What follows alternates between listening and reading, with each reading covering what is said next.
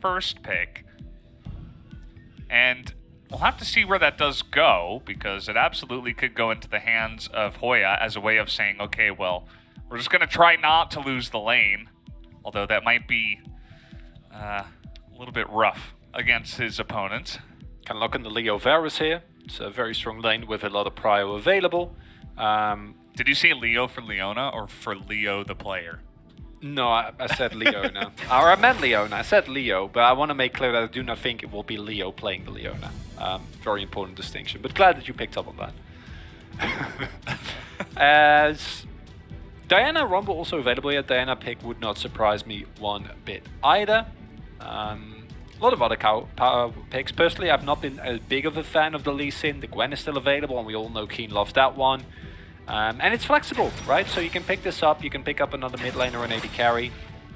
So the Diana get picked up. And then as Afreeca here, you can wait until Fredit Brion actually shows where that Renekton is going and save your counter pick for R5. I mean that Keen will have a positive matchup, because Renekton is a bunch of champions that Keen can pick into the Jace, the Wukong in terms of like later game counter, the Gangplank. There's too many, right? You can't ban them all. But you don't know what Renekton is going yet. You don't know. That's the thing about the meta nowadays, with all these bruisers that can go into multiple different lanes, and the jungle as well for some of them. Especially in Gwen's case. Viego as well, but Viego's banned. That's the way it goes. Now we do have the Ezreal pick into the Varus. Not the best lane, but the Ezreal later on can do some insane things. We all saw Duckdom yesterday, what he was able to accomplish. Yeah, that was not okay. That was some peak gameplay coming through, and later tonight we might see more of that as Prince will also come in. But Leo is a serviceable Ezreal, as there is indeed a Jace ban. Would not be surprised to also see a Gangplank ban, just prevent Keen from doing what we know he can do on the pick, which is take over the lane, level 1, and then never really give it away. And we saw yesterday that the Ezreal was paired with a Karma, and that did very well into a Varus lane. In that scenario, you have a lot more reliable poke, and you can shove the wave, which means Ezreal actually gets the space to poke. Yeah. In Ezreal Leona lane, I think your all-in potential at 6 is still quite good. No Fresh ban is really interesting here, because I feel like that's kind of a no-brainer pickup for Fredit Brion here with how strong that pick is, and it's really good into Leona, and it gives the Varus a lot more power, so actually would have liked to see them ban that instead of the Lee. That is... I don't think it's that good anymore. I think Jungle Lee is still quite good, but ever since the Q nerfs, or the E nerfs rather, like Q Max Lee Sin, it's just not that... Oh! Okay, well, this is not Karma Ezreal lane, but it is Karma. Okay. And it's very interesting because we've seen carry players jump onto stuff like this before, but Keen has not played a single game of Karma, so you would have to assume this is going into the mid lane. I hope so. I don't want to see Keen on Karma. You never know. I think he would, but I don't want him. Yeah. And there is still flex potential here. The expectation, of course, is that Set's going to go into the mid lane and Renekton's going to go into the top lane, so I think here, as Afreeca, I really like the Gangplank. You know, you have a tanky front line. Gangplank is really good into a lot of the immobility that is on the side of Fredit Brion. It's a great matchup into the Renekton. And we know how Keen good is at the, how good Keen is rather at the champion. Oh, okay. Okay. He's taking it a step further. He's not going to sit back and scale up and farm. He's trying to actually just totally shut down that lane. And we'll have to wait and see where the swaps end up here for Fredit Brion, because Set at the moment is in the top side. Okay. Which, you know, definitely could also be the case. Both Hoya and Lava have one game of Renekton, which is a loss. So nobody on this team has won with Renekton just yet.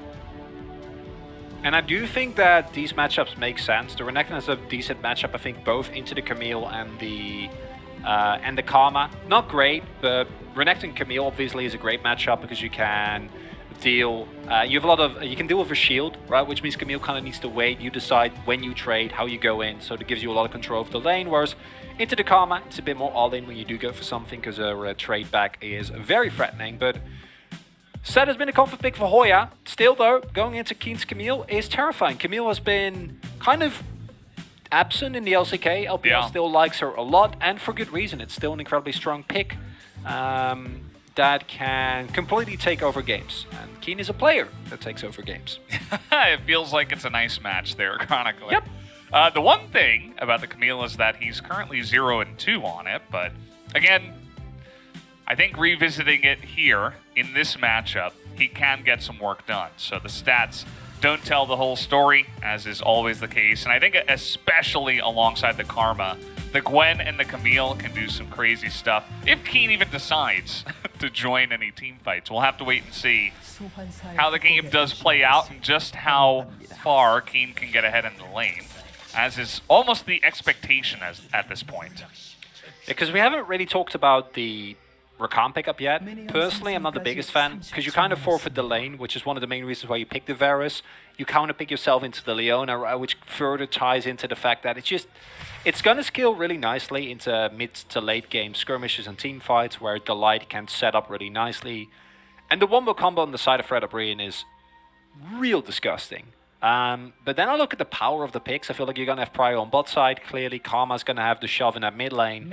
And then normally, I'd expect Keen to, or the Camille rather, to have a tough time into the set early. Set's melee trading power is quite oppressive. However, it's Keen. Also went for Grasp, which is like really good in those short trades.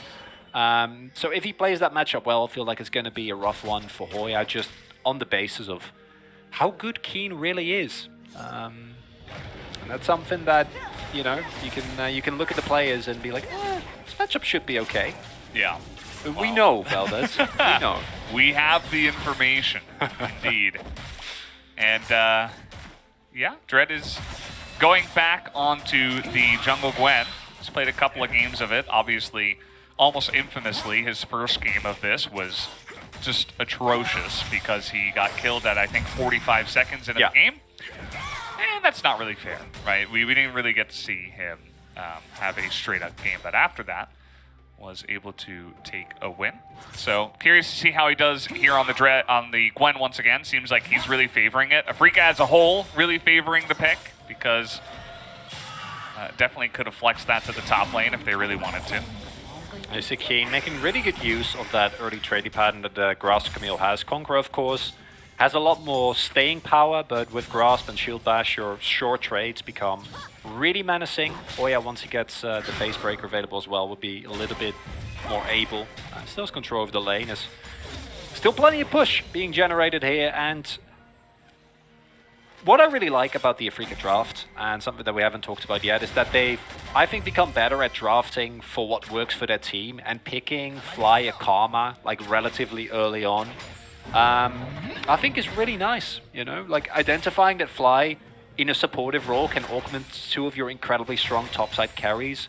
Karma and Ezreal's not necessarily the greatest, I think, you know, enchanters you want them with like hyper carries, and Ezreal in of himself has a lot of survivability, especially when you don't pair them up in the lane. But then you look at Gwen and Camille, you're like, I would want to give them shields and speed them up. That sounds great. That sounds very balanced. Yeah, I think you think about Mantra Inspire in a team fight, and the amount of movement speed and survivability that you're going to have just to survive some of that initial engage from the side of Bro and just get things going on your terms as well. Now this bot Prio, you see Delight and Henna trying to use it here to take down the second Scuttle Crab, but Dread is going to get there on time. Meanwhile, this mid lane is going very well for Fly, as Lava has taken a big chunk of damage here so far, and doesn't look like Umpty wants to help out with that just yet. Really well done. Yeah, Fly making good use of the early pick, and the only reason that Dread can play that aggressively is because Leo's fine on the turret alone, right? Lands can roam, but if Fly doesn't have Prio there, there's no way that Dread can actually go for that Scuttle.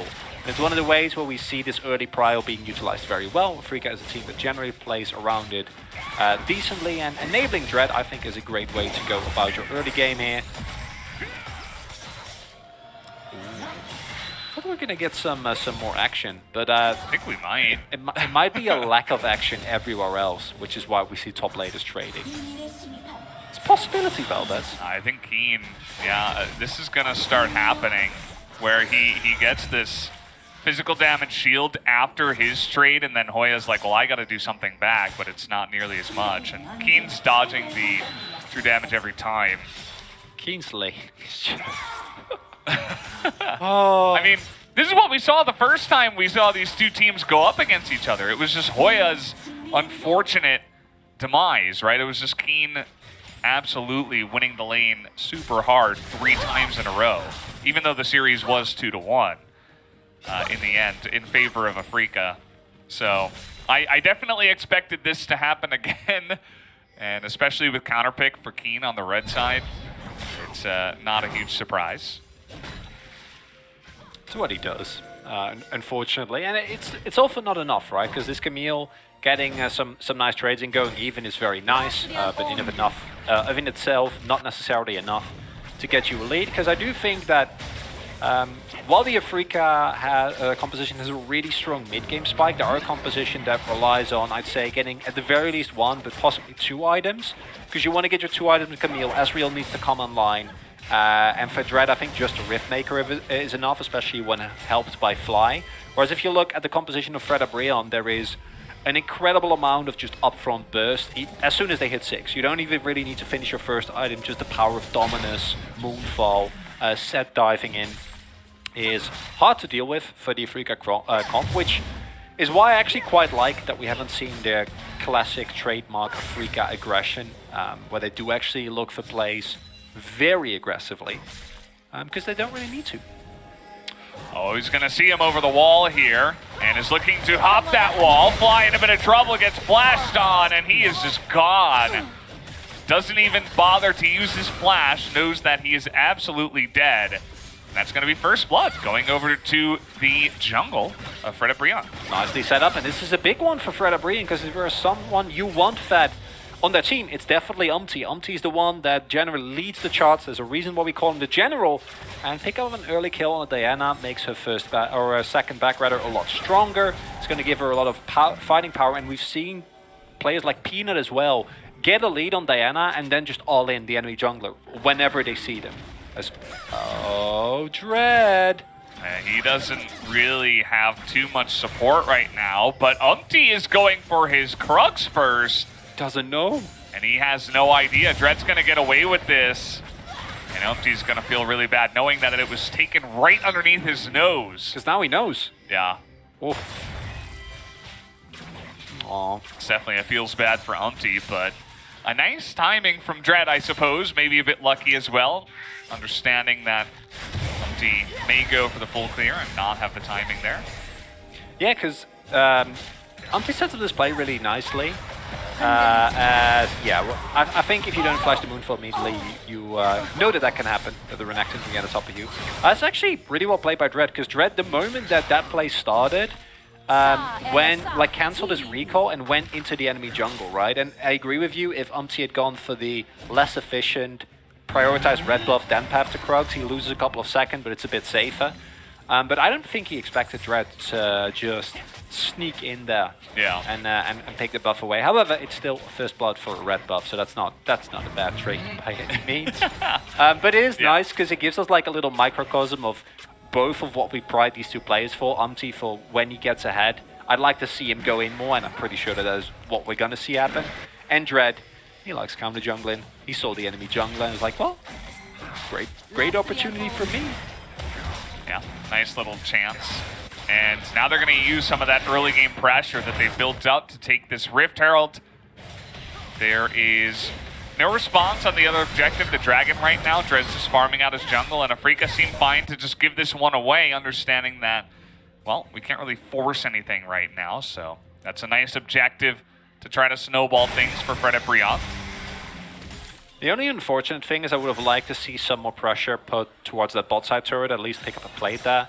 They didn't want to take the risk, but I think they could have reasonably inferred that there were multiple people from Fredit Brion towards that top side, and with Dread. Oh man, the timing of this on the counter gank as well, as in comes Hoya trying to set this up. They don't quite have the damage to take down the set, and in goes Umti, and there is no escape for Dread, as he will go down, and that's a second kill for the General. This is going great for Fredit Brion. Beautiful timing there on the counter gank. The ward there by Hoya spots it. Set has amazing setup. We've seen it with Rumble traditionally, but recently the Diana has been incredibly popular for this exact reason, right? Even with Dread able to tank some of the damage, is Oh, Leo. There's a lot of damage stacked up. He's actually going to use that heal just to make sure that he can survive. That's kind of what can happen between these two AD carries. And yeah, without vision, really reading Dread like a book there, knowing Dread picked up my buff, right, then went to his own bot side jungle, pathing towards top. Hoya is in prime position to get ganked. And those are the type of counter ganks that if that gank doesn't go through, maybe Keen gets a kill. And Keen is already 20 CSF because he's Keen. Yeah. That's what he does. Also going to be able to pick up the wave here. I do think it is bouncing back from him, or rather from Hoya towards him. So going to be able to make that lead even bigger. So really good read there. And I do think that's what you need to kind of mitigate the laning advantage that has been accrued there in that top side. Because the rest of the map is going really well for Fredit Brion. And Umti's getting even more aggressive. The pings go down onto Dread and they say, well, free dragon now. They should know exactly where Dread is going to be in the jungle. You see even Hoya comes down the river just to make sure, you know, with the lane pushing, he doesn't have to get ganked here. And it's just more of a lead being built up here for Fredit Brion. And this is the clean Fredit Brion play we like to see when they play up against strong teams. And it's also a bit of inaction from Afreeca, and as we pointed out, I'm actually surprised by how much Prio, and impressed by how much Prio Hannah and the Light is still able to get, because, as pointed out, picking up the Leona with the Ezreal means that you're going to give up a lot of early laning pressure, right? If you have a Karma in that bot lane, then you can shove. You can actually mitigate this lane. We saw that happen yesterday, but now it's the first Turbo Blood. Fredit Brion are snowballing this expertly, and I don't think Afreeca are necessarily the greatest at fighting from behind. Then again, against Live Sandbox, they somehow were able to do it, so don't lose your hope yet, because there is Keen and Dread on scaling carries, but it's not a great look for Sandbox here. For Sandbox? For Afreeca. There you go. I know they're very similar, but it's because they played against Sandbox last time, right? Makes sense. But yeah, I mean, it's very true. This is definitely Bro kind of running away with it, and there's just too much being taken early. You know, sometimes we like to say, well, Afreeca, they have some tools in their draft to try to come back from this, but they just look pretty flat so far, and Bro have been taking advantage of that. Yeah, and here we see this play again, even with the damage being kind of tanked there by Dread using his Hallowed Mist. Doesn't matter as long as Umti actually gets on top of you. And that was also pretty bad for Dread, right? Like, he still had a lot of money in his pocket, and very happy to see this, because this is the LCK. I was half expecting Fly to just go for, I don't know, Ludens, or, you know, like something that we didn't want to see. I thought Shirelias was most likely, but I actually really like this. I think Moonstone is an incredibly strong item on the current patch. It's gotten buffed repeatedly, and LCK players are very happy to ignore it up until recently, so good on you, Fly. Nice buy. Somebody's reading the patch notes. Yeah. And it is Fly. Definitely seems much more in the game nowadays. And, yeah, he's, you know, who knows what can happen in the later stages of the game if you do have Moonstone and both Keen and Dread on a couple of carries that can scale well. Problem is that, of course, these early kills over the Diana means that Umti might just take over the game at some point here. It's already kind of happening. And I'm seeing the pings go down. Level 11 hit for Lava, has the teleport available. There is a possibility for a 4-man dive, but Freeca know as well. Teleport available for both Keen and Fly. Dread also making his way towards the top side. Might see a skirmish here, Valdez. Umti hanging around. They're going to give that ward over to Henna. And with Dread hanging out up here on the top side, it feels a little bit too obvious. They're not going to go for it, and the plates will fall. And yeah, another thing about the Afreeca comp is that, you know, we don't see the Camille all too often, but she is one of the purest split pushers that we do have in League of Legends. And so maybe King can put on an immense amount of pressure in a side lane and just try to avoid the Diana altogether and try to bring some focus away from the team fights. That will be a very keen thing to do. And something that, once he hits 2 items, I think will be more attainable. And my issue with Afreeca is not that I don't think they're in a great position in this game. As you pointed out, they can easily still win it, right? Like the amount of scaling between the Ezreal, the Gwen, and the Camille is revolting. Any of those champions, doesn't matter what the state of the game is, if they hit 3 items, they just become so hard to deal with. But you are effectively saying, okay, Fredit Brion, how well can you play it before we come online? And it's not really a style that, it's a style we love in the LCK, but it's not a style that we really want to see anymore. We've seen the meta kind of evolve beyond that. At the moment, it's much more about proactive gameplay, finding early leads and snowballing them. However, as I say that, it is Dragon in 50 seconds. The entire enemy jungle is lit up for Afreeca, and Fredit Brion are nowhere near. They're giving away a lot for this, though, and we have a couple of backs coming in. Still 40 seconds until the Drake, and meanwhile, with the second Rift Herald, they're going for the second turret up in the top lane, and so far, there has been no response, although the rotation is finally coming in. It's really valuable. That means that if Hoya ever spends any time alone there, that is an incredible amount of extra gold that is going to be available to you. As Fredit Brion, we see how sharp that gold lead is spiking, and if I look at the items, I don't know if you really want to fight here as Afreeca. I think you might say it's just a second Drake, and the one saving grace for them here is that Fredit Brion was actually pretty slow. We all know how much Fredit Brion loved Drakes. However, in this game, at second one, at 16 minutes, you know, means you're easily going to hit your second item spike, and you might just want to wait for that. If you're Afreeca, who have, outside of that one turret, not really gotten anything in this game at all. Yeah. Just been waiting. Yeah. They have the one turret, and this is an Infernal Soul. So some moves are going to have to be made. And I feel like it's almost foreshadowing there from the side of Jonas Strong, our observer, where he's like, by the way, you can stack a lot of those if you don't have any Drakes so far. But if we get to a point where Afreeca can start stacking Infernals and the game goes though that late, it's probably over. It's anyway. already done, yeah. The game is over at that point, so I think it's just going to come down to the third and fourth Drake most likely. What is not the LCK as if seeing how far we can stretch not doing anything until we absolutely need to. You know, it's a philosophy that I struggle with in daily life. Like, do I really need to do that, or can I put it off just a little bit? A lot of it seems like that as well. You know, do you really need to invade her and go for a play, or do you just wait for the next Drake?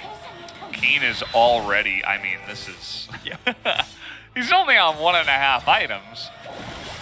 It's just the stuff that Camille can do when you have confidence and you have a lot of support from your team, knowing that no rotation's going to come in here with no objectives up.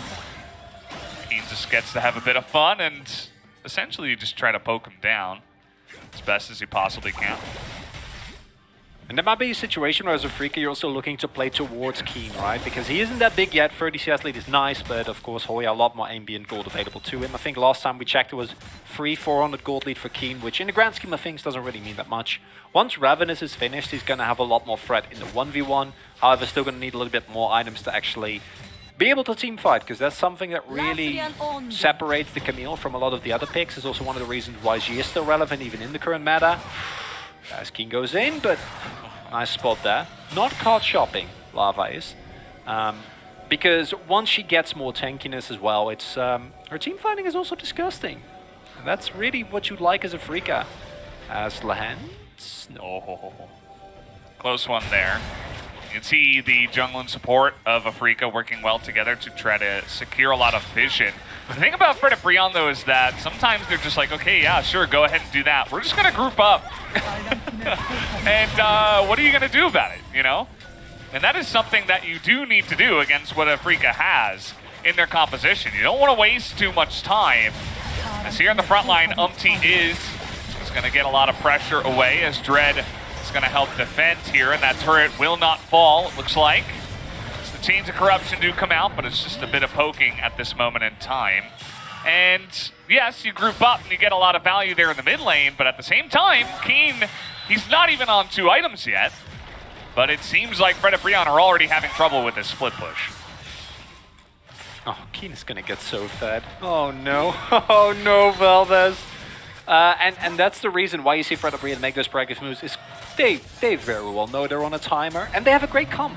And I would actually love to see them kind of get rid of the fear and just dive. You have Rakan, you have Dominus, you have the ultimate, right, available from Umti as we go. Speaking of which, they're just gonna lose that fear, and we lose 2 Afreeca members, and that's all you have to do. Perfect. Thank you. Thank you for listening, Fredit Brion. Really appreciate it, and that is exactly what they need to do, because they're a decent amount of gold ahead. Obviously, now it's even more with that turret and 2 kills picked up. And you have so much dive. Very happy. Just very dive. good. Just dive. Forehead. In this case, obviously, it's just a Afreeca not respecting, because this isn't even a dive. The turret is gone. They're just standing there, right? So that's not really the right call by Afreeca, because they're standing there at a deficit. But even with that turret there, that play should have been made, and it would have been no different. If you look at the amount of stopwatches available, the tankiness that is there for that team, it's no problem at all. Just do that, because otherwise, I guarantee you, Keen is somehow going to find a way to strong-arm his way into this game and just single-handedly win it. You don't want that, so just kill everyone else over and over again. Yeah. And I do feel like a lot of the Keen Camille games we've seen do look like this one. A lot of Camille games in general, right? Where you can get ahead, you can win your lane, you can be a split push menace. But if the rest of your team just doesn't respect and they just get dove and die, then the split push immediately falls apart, because then it's 4 against 1 on the push, or potentially 5 against 1. As they see them in the brush. I mean, Keen should know this. He's going in. He's just trying to kill Henna, and they absolutely will. And just like that, they get it done. But look at this. Fredit Brion is so powerful as well in the team fight. They have a lot of damage, but they're still going to back away. Seeing the power of that Karma as well coming through, and the Hurricane Comet over the top. Just going to kill the enemy support as well for some bonus golds here on the side of Afreeca with Dragon available. Really big fight there for Afreeca, and that's the reason why you see the Camille still being so popular, because while her split pushing is amazing and she can race through a turret in seconds, when a player like King sees an opening and goes for it, there isn't that much counterplay. If you're Henna, right, like out of nowhere, this lady hook shots on top of you, there's just nothing, and they know. Yeah. They see them. And Keen, like, that's just prime execution as well. Leo has the ultimate ready. Keen goes for the hook shot flash, which means there's basically nothing that is really to be done there. And then the follow-up damage is nice, but between Dread as well as Fly's damage with a beautiful comment there, and one of your main damage dealers immediately gone, there's just not that much to do, and that was such a big fight, because that is no soul point, more damage for the Afreeca comp, which helps them naturally scale into this game, as they already do, and it's also just a terrifying feeling for Fredit Brion. I mean, it's crazy that they were able to pull that off from 5,000 gold behind, because Keen essentially traded his life for Henna's, which seemed to be a decent trade, but then you saw the value they were getting out of the Dominus, out of the Diana damage. The set was setting everything up, but then Karma just laughed at them. As, by the way, this is happening again, although with the teleport coming in, a nice dodge on the Chains of Corruption, but no hook shot finally comes up here. Keen is going to be able to hop away, and they're going to get another teleport as well out of Fredit Brion. But yeah, I mean, Fredit Brion threw everything into that fight, and they still couldn't kill the 4 other members of Afreeca. And just imagine what happens when the gold is more even, the game is later on. There's an Infernal Drake now. Ezreal's getting more fed. I'd rather not, Feldes. I'd rather not imagine. Because it's not a pretty sight. However, I do think that with the gold lead that you have as Fredit Brion, like, that was scary, but that was also a lot of resources invested. And that was Keen finding Henna, like, in prime position. But then he basically died immediately, right? So it's like, they did use a lot of resources to kill him immediately, but certainly a lot of kind of AoE wombo combo that was used on other members as well. And that ties into the real issue here, which is, we keep talking about Keen, and it's because Dread has barely had an impact this game. However, it is a Gwen who is approaching Cosmic Drive, and has a Karma that has gone for an actual supportive build with mid lane money, which is one of the other reasons, like, the amount of damage that Dread is able to do, especially when everyone is, like, lined up, you know, you throw a couple of needles through that, is disgusting. And Leo wasn't really online that fight yet. He had a really nice Arcane Barrage, right? But outside of that, it's not the most threatening of damage, but he's getting towards the Frozen Heart. And once that is online, he will not die, have infinite mana, Yeah. and it becomes increasingly unfun for Fredit Brion, and that's the reason why this next Drake fight, they need to win. They need to set it up well, push into the enemy jungle, their poke is way better, just make sure that Keen doesn't find an angle, doesn't have flash yet, so maybe use that window of opportunity, shove out the lanes. This is a Baron call, but I feel like this is a big risk that they're taking here. Yeah, they're just grouping up as 5 and they say, well, we'll just turn. If they come at us, we'll just turn, but I'm not sure it's that easy. I mean, Keen's able to push the bottom lane, he has teleport, and now your bluff is being called, so you get the teleport though, which is definitely going to take some power away from Keen's split push. Although Keen now is trying to get into it with Hoya on the top side. He's going to back away from that fight. We will once again return to waiting for the Infernal Drake. Very good call by Fredit Brion. I think that if you don't force a teleport, you're going to have the unsolvable Keen problem for Soul Point, which is a really unfortunate situation, because then Keen can probably trade an inhib, which gives up a lot of map control. But I don't think they ever plan to actually do the Baron. Like, they just want to force that teleport from Keen.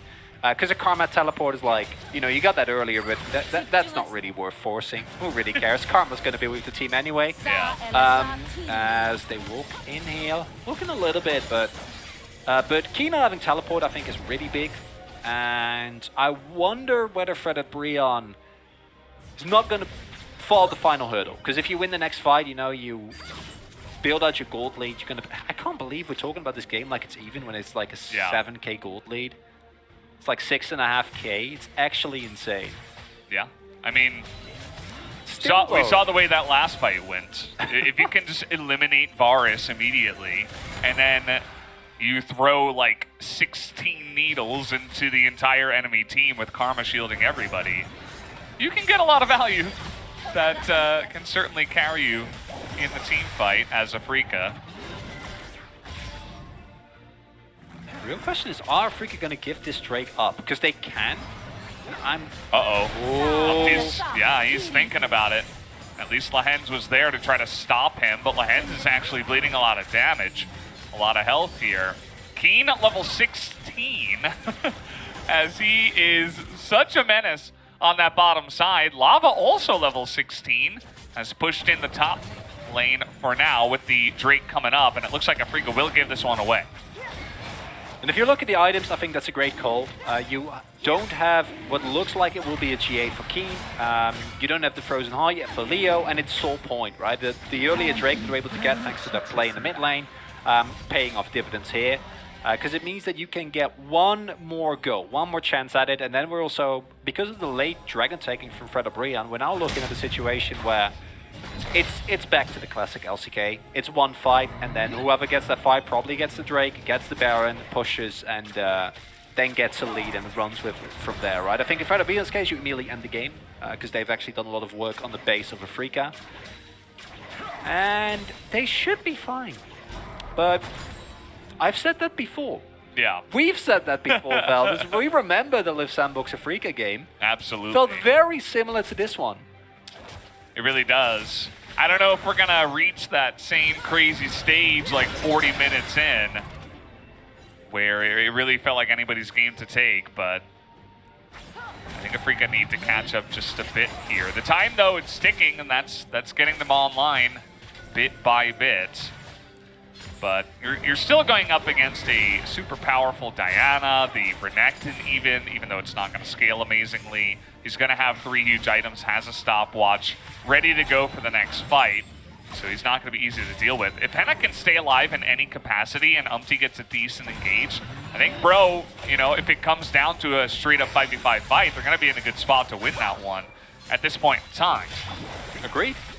It's about, can Afreeca drag it out, right? Because if it's a short, bursty fight, Bro win every time. But if you can get value from the Karma, the Moonstone, the Conqueror on Dread and Leo, you know, the longevity that the Ezreal had in those elongated fights, then you might still be fine. But if Fredit Brion fight well, there will be no longer fight, because 2 or 3 people will just be dead immediately, right? Like, set Diana or Renekton jump on them, and that's the end of it. Yeah, he has GA and a stopwatch. He has both. Nice. Leo has his 3rd item as well. all looking peachy. Yeah, the spikes are being hit. The next one to get it would have to be Dread, I would imagine. Cool. But he has Stopwatch, which is basically an item in itself, at least for one fight. Sitting on a lot of gold as well. I also love the pickup of the Serpent's Fang here from Hannah. He's playing into Karma. I feel like we need more explanation. Yeah, it's like that's nice, the end of that explanation. Yeah, it's nice into Camille, but... Uh-oh. Kane's in a bit of trouble here. He might just get wombo combo down. There's his GA. Just goes away, and Kenny hooks out over the wall. He's gonna flash, actually, but he cannot get away, and that is a massive pick for Fredit Brion, as they're immediately setting their sights on the Baron. That's Baron. That's GA down. That's Flash down. And Keen can't afford to get caught like that. Really nice vision trap being set up at Fredit Brion. That's going to be the Baron. And that might very well be the end of that game, right? Because now the gold lead is going to become bigger and bigger. They're going to be able to shove out the lanes, take the Drake without any resistance, or at least there shouldn't be. And Void Snap for Diana.